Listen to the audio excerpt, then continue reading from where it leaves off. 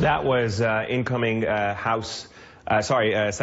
Senate Minority Leader Chuck Schumer. Great to have with us now Democratic Congressman Adam Smith from Washington State. Congressman, thank you for joining us. First, I want to get your take as well in terms of how everything played out today. Were you at all surprised at the 180-degree change from last night till this afternoon?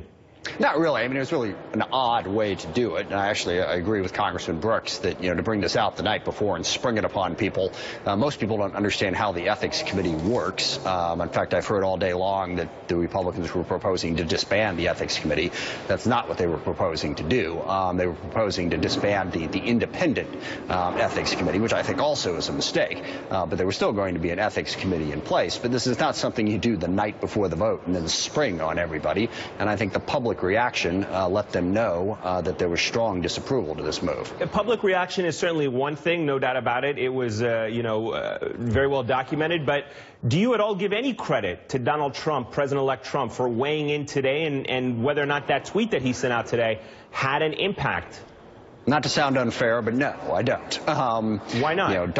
Well, because members of Congress are very responsive to their constituents. And whether Donald Trump had tweeted or not, the constituent outcry was more than enough to get Republicans to back off. So I just want to understand, are you saying it's a coincidence that, there was a change by Congress today on this issue, despite the fact that Donald Trump was tweeting about it in a kind of sarcastic way?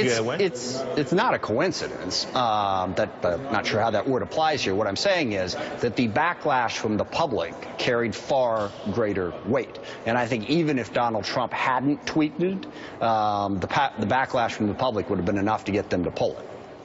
Okay, and in terms of how you see this playing out, is this an issue that is going to come back at some point, or do you think that now this particular issue has been shelved for the time being?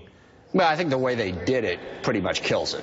They could have had a longer debate about the role of the independent Ethics Commission as they take complaints and how they then forward them to the Ethics Commission, and all very exciting stuff. Probably wouldn't have cared that much about, but when you bring it out this way, saying you're getting rid of the independent Ethics Commission, I think this is pretty much dead for the foreseeable future.